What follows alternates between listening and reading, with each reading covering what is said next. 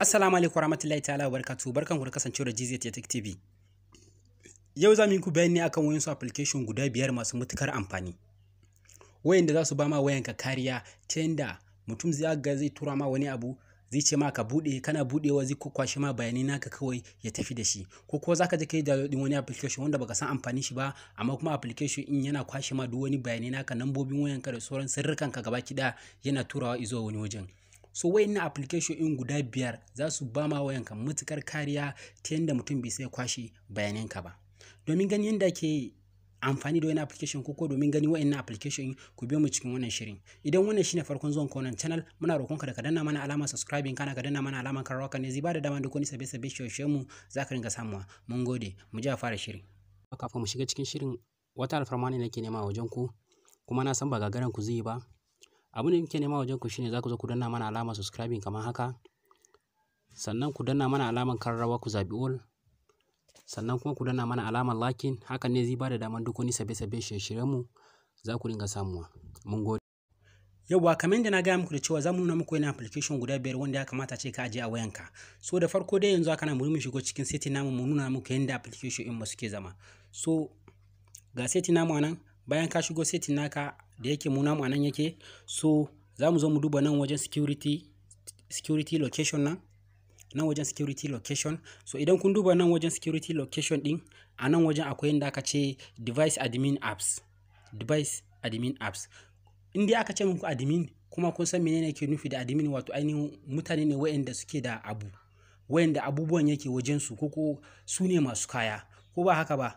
So wayannan application guda 5 in su ne wanda suke matsayin security a wayan mutum.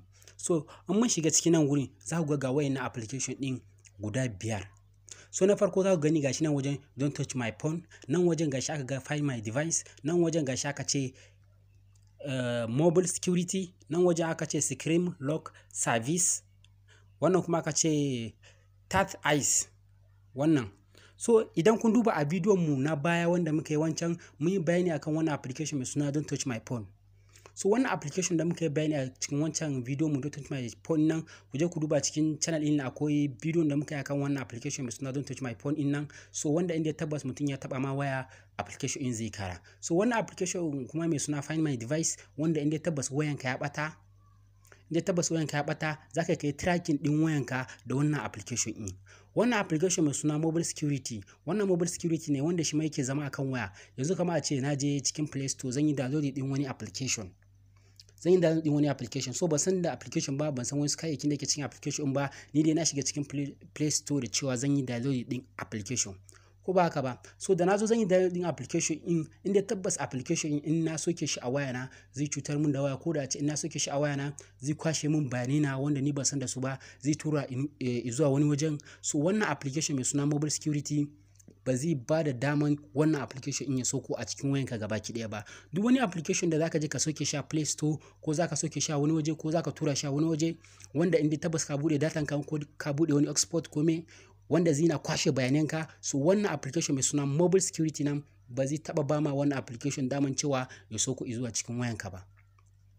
So sai wannan application mai suna Tat Eyes. So wannan application din mun yi bidiyo akan yadda wannan application in yake da amfani, cewa inda tabbas mutum ya zo yana ma wasa da waya kome zai na ɗauko maka hoton mutum in.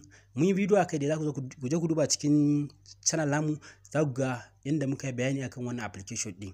So wayannan application din guda 5 nan, yanzu kama a ce ha mu zo kan wannan don't touch my phone nan. Yanzu wannan application mai suna don't touch my phone nan, ko da a ce zaka goge shi akan waya, gashi nan wajen da yake su ne application manya masu ba ma waya kariya. Yanzu ko da a ce yanzu haka nan zan goge shi, zan yi on installing nashi, ba zai taba goguwa ba. Ko da a ce yanzu haka nan gashi zan goge application in, ba zai taba goguwa ba.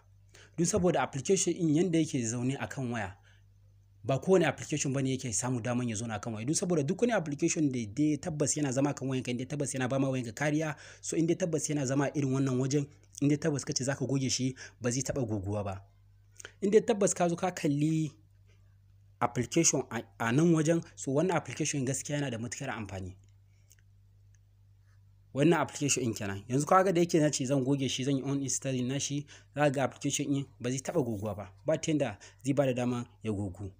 Kun ga application in ba zai taba goguwa saboda application ne wanda yanayin wajen zaman sa daban, ya bambanta da sauran application kamar yanda aikin shi ya bambanta da sauran application. So wayannan application guda biyar yana da matukar amfani. So idan kun duba cikin channel namu a wayannan application guda biyun nan mun yi bidiyo akai yanda za ka yi aiki da su, kuma gaskiya yana da matukar amfani, ku je ku kalli wayannan bidiyoyin. So wayannan application guda biyu nan mun yi bidiyo akai. So wannan application guda biyar nan ya kamata ce kun je kun yi download din su a cikin Play Store, don saboda application suna da matukar amfani wajen su taimaki wayanka wajen kar a kwashe maka bayanai naka. Ko da ce a Facebook ko a menene kawai za tura ma abu, bayananka ba zai taba tasha ba. Ko da ce za tura ma wani application ne, kawai application kai baka san aikin shi ba kawai, amma za ka gani kai baka sani ba shi yana kwashe ma bayanai naka. Su wayannan application guda biyar nan ba za su taba ba da daman cewa wannan application din ya sauko ma cikin waya ba, inda tabbas application din yana da damuwa. Inda tabbas za a ce za ka goge irin wannan application, so dole ne sai ka zo ka kulle shi kamar haka kafin nan ka zo ka goge shi. Sai ka kulle shi kafin ka zo ka goge shi. So mun gode da kasancewa da GZ Tech TV. Idan wannan shine farkon zuwan ka wannan channel, muna roƙon ka da ka danna mana alamar subscribing, kana ka danna mana alamar karawa, haka ne zai bada dama duk wani sabbin shirye-shiryen mu za ka ringa samuwa. Mun gode.